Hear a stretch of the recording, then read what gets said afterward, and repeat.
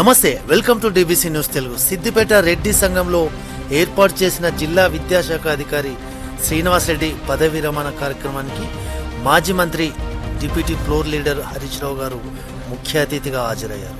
ఈ సందర్భంగా హరీష్ రావు మాట్లాడుతూ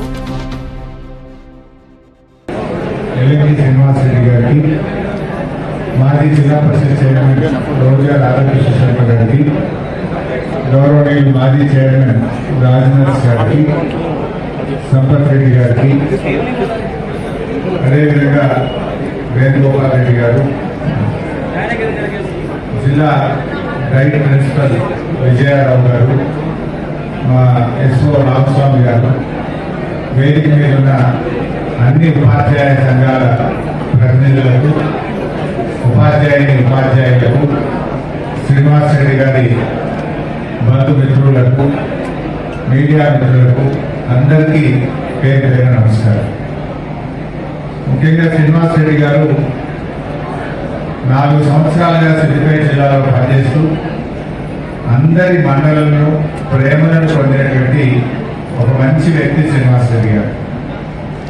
నార్మల్గా సొంత జిల్లాలో డిఈఓగా పనిచేసే అవకాశం ఇవ్వరు. ఆ రోజు బీఆర్ఎస్ ప్రభుత్వంలో నేను ముఖ్యమంత్రి గారి దృష్టికి తీసుకువెళ్ళి మా సిద్దిపేట ముద్దుబిడ్డ, మా తిమ్మాయిపల్లి ముద్దుబిడ్డ, మా జిల్లాలో అవకాశం ఇస్తే మంచి సేవలు అందిస్తారని చెప్పి ఆ రోజు సబితా ఇంద్రారెడ్డి గారితో మాట్లాడి సిద్దిపేట డిఈఓగా మనకి అవకాశం ఇప్పించడం జరిగింది. దాదాపు 4 సంవత్సరాలు సొంత జిల్లాలో సేవలు అందించేటువంటి అవకాశం బహుశా చాలా కొద్ది మంది డిఈఓలకే దొరుకుతుంది. అందులో ఒకడు మన శ్రీనివాస్ రెడ్డి గారు. ఇంకా గొప్ప విషయం ఏంటంటే, నాకు ఆయన మీద ఎందుకు ఎక్కువ ప్రేమ అంటే, 10వ తరగతి పరీక్షా ఫలితాల్లో మా సిద్దిపేట జిల్లా ఫస్ట్ ఉండాలి, మంచి మార్కులు రావాలి, మంచి ర్యాంకు రావాలి సిద్దిపేట జిల్లాకని ఎవ్రీ ఇయర్ నేను ప్రయత్నం చేస్తూ ఉంటాను. దాదాపు వరుసగా 6 సంవత్సరాలు 10వ తరగతి పరీక్షా ఫలితాల్లో సిద్దిపేట జిల్లా అగ్రగామిగా నిలిచింది. 6 సార్లు అగ్రగామిగా నిలిస్తే అందులో 3 సార్లు ఆ ఘనతలో డిఈఓగా శ్రీనివాస్ రెడ్డి గారికి భాగస్వామ్యం దొరకడం, వారి విశేషమైనటువంటి కృషి ఉండడం అనేటువంటిది నాకు చాలా సంతోషాన్ని కలిగిస్తుంది. వారు ఎంతో పట్టుదలతో ఎవరి మనసు కూడా నొప్పించకుండా అటు విద్యాశాఖ అధికారులతో కానీ, ఉపాధ్యాయులతో, ప్రధాన ఉపాధ్యాయులతో, ప్రజాప్రతినిధులతో అందరితో కూడా కలిసిమెలిసి పనిచేస్తారు. ప్రభుత్వం మారినా కూడా అదే పద్ధతుల్లో చక్కగా విద్యా సంక్షేమం కోసం, విద్యా అభివృద్ధి కోసం, ఈ జిల్లా అభివృద్ధి కోసం ఎంతగానో బాగా కృషి చేశారు. చివరిలో అయితే స్పోర్ట్స్ కూడా వారే జిల్లా అధికారిగా పనిచేశారు. అటు విద్యాశాఖ అధికారిగా, స్పోర్ట్స్ అధికారిగా కూడా పనిచేసి మంచి పేరు తెచ్చుకున్నటువంటి వ్యక్తి. చాలా సంతోషం. గతంలో నేను మనబడి ప్రోగ్రామ్ స్టార్ట్ చేసినప్పుడు గత ప్రభుత్వంలో వేగంగా పనులు చేయించడానికి ఎప్పటికప్పుడు వెంటబడి మనబడి పనులు బహుశా రాష్ట్రంలోనే సిద్దిపేట జిల్లాలో చాలా వేగంగా నడిచి అత్యధిక పాఠశాలలు పూర్తయినాయంటే దాంట్లో కూడా మన శ్రీనివాస్ రెడ్డి గారి కృషి ఎంతగానో ఉందని చెప్పి చెప్పుకోవచ్చు. బట్ ఏది ఏమైనా ఉన్న డిఈఓలు రిటైర్ అవుతున్నారు, కొత్త డిఈఓలు అయితే వస్తలేదు.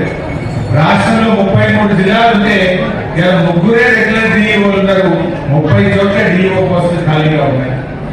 బాగా జరిగేది ఏంటంటే, ప్రభుత్వం జాయింట్ కలెక్టర్లను, అడిషనల్ కలెక్టర్లను డిఈఓలుగా పెడతా ఉన్నారు. నిజంగా వాళ్ళకి ఏం అవగాహన ఉంటుంది? ఒక అడిషనల్ కలెక్టర్ జిల్లాకు వస్తాడు, ఆయనకు ఉండే అనేకమైన బాధ్యతల్లో విద్యాశాఖ ఒక బాధ్యత పెడుతున్నారు. ఏ రకంగా విద్యాశాఖను ఆయన అర్థం చేసుకోగలుగుతాడు, ఏ రకంగా ఉపాధ్యాయులతో ఆ వ్యవస్థను నడిపించగలుగుతాడు అనేది ప్రభుత్వం అర్థం చేసుకోవడం లేదు. చాలా జిల్లాల్లో జడ్పీ సిఇఓలను, అడిషనల్ కలెక్టర్లను, ఐఏఎస్ అధికారులను డిఈఓలుగా పెట్టడం ద్వారా చాలా ఇబ్బందులు వస్తా ఉన్నాయి. రెగ్యులర్ డిఈఓల నియామకం జరగక చాలా రకాల సమస్యలు కూడా ఈరోజు వస్తా ఉన్నాయి. ప్రభుత్వం కూడా ఆలోచించి వెంటనే రెగ్యులర్ డిఈఓలను నియమనం చేయాలని చెప్పి కూడా నేను సందర్భంగా కోరుతా ఉన్నాను. మరి అదేవిధంగా మనకు స్కావెంజర్ ఇస్తున్నామన్నారు, కానీ గత సంవత్సరం 4 నెలల డబ్బులు రాలి, ఈ సంవత్సరం 4 నెలల డబ్బులు రానటువంటి పరిస్థితి. ముఖ్యంగా ఈ బరువు అంతా పడుతుందంటే ప్రధాన ఉపాధ్యాయుల మీద, మా ఉపాధ్యాయుల మీద పడుతున్నటువంటి పరిస్థితి ఉన్నది. ఊరు మనబడి అర్ధరాత్రంగా ఆపడం ప్రత్యామ్నాయం లేదు. వాడు పేరు మార్చుకో, దాంట్లో ఎవరి పేరు లేదు, మన ఊరు మనబడే ఉంది.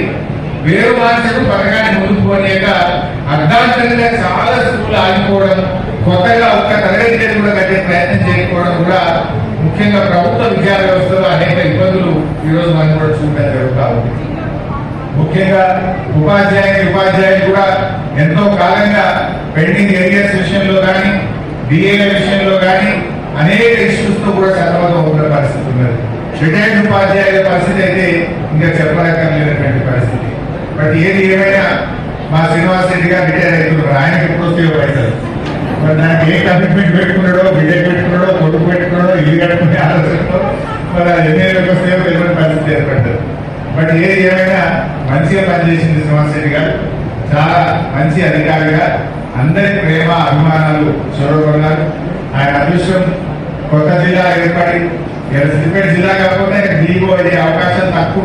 పాత 10 జిల్లాలే ఉంటే ఎక్కడ అవకాశం ఉంటుంది? 33 జిల్లాలు కావడం వల్ల చాలా మందికి డీఓగా పనిచేసే అవకాశం దొరికింది. క్లోజ్ మానిటరింగ్ దొరికింది. దగ్గరగా విద్యా వ్యవస్థను బాగు చేయడానికి అవకాశం దొరికింది. అట్లా శ్రీనివాస్ రెడ్డి గారు చాలా బాగా పనిచేసి మంచి ప్రేమ పొందారు. అయితే ఆయన చూస్తే మనిషిని చూస్తే 61 నిండినట్టయితే కనబడతలేడు, 51 దగ్గరే కనబడుతున్నాడు, ఏం కనబడుతున్నాడు. సరే పదవికి విలువ ఉండొచ్చు కానీ సేవకు విలువ ఉండదు. ఇంకా బాగా మంచిగా ఈ ప్రాంతంలో వారి సేవలు అందిస్తారని ఆశిస్తా ఉన్నా. మరి ఖానాపూర్లో పుట్టి పెరిగిండు, తిమ్మాయిపల్లి ముద్దుబిడ్డ, సిద్దిపేట జిల్లాకు సేవలు అందించి ముఖ్యంగా మన సిద్దిపేట నియోజకవర్గానికి ఎంతో ఆత్మీయత పొందినటువంటి వ్యక్తిగా ఆయన భవిష్యత్ అంతా కూడా ఇంకా మంచిగా ఉండాలని, ఆయురారోగ్యాలతో మంచి ఆరోగ్యంతో నిండు నూరేళ్లు చల్లగా ఉండాలని ఆ భగవంతుని ప్రార్థిస్తూ